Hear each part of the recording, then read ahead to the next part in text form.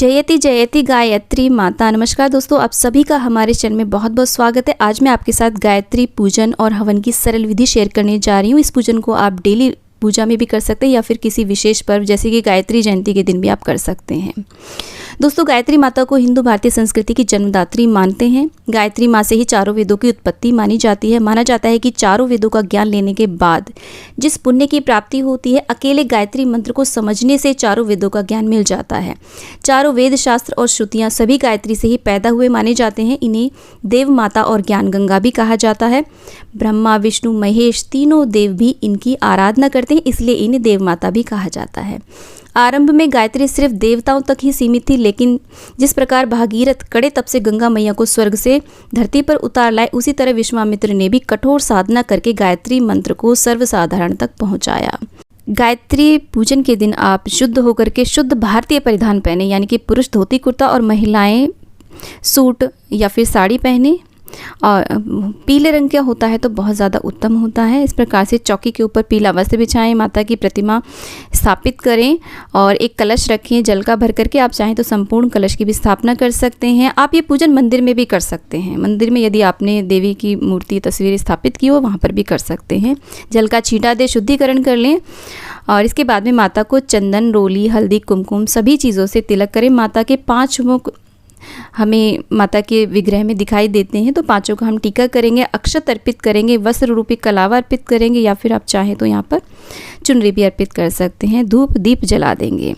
दोस्तों, साधारण गृहस्थी जन जीवन की प्रत्येक परिस्थिति में गायत्री पूजन जब कर सकता है। यदि जीवन में कोई भी पूजा पाठ, व्रत, उपवास ना किया जाए, सिर्फ नियमित रूप से गायत्री के मंत्र का जप कर लिया जाए, तो कोई और साधना करने की हमें आवश्यकता नहीं रहती है।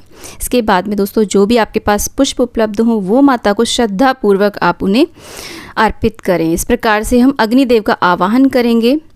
अथर्ववेद में माँ गायत्री को आयु, प्राण, शक्ति, कीर्ति, धन और ब्रह्म तेज प्रदान करने वाली देवी माना गया है। तो जो भी आपके पास नैवेद्य उपलब्ध हो, फल, मेवे, मिष्ठान जो भी हो, वो माँ को भावनावश माता को हम भोग लगाएंगे। इस प्रकार से माता का पूजन हो जाएगा। अब हम यज्ञ देव को पिता और देवी गायत्री को माता तुल्य माना गया है। यज्ञ में हम 5 कर्म करते हैं: पवित्रीकरण, आचमन, शिखा, स्पर्श, प्राणायाम, न्यास।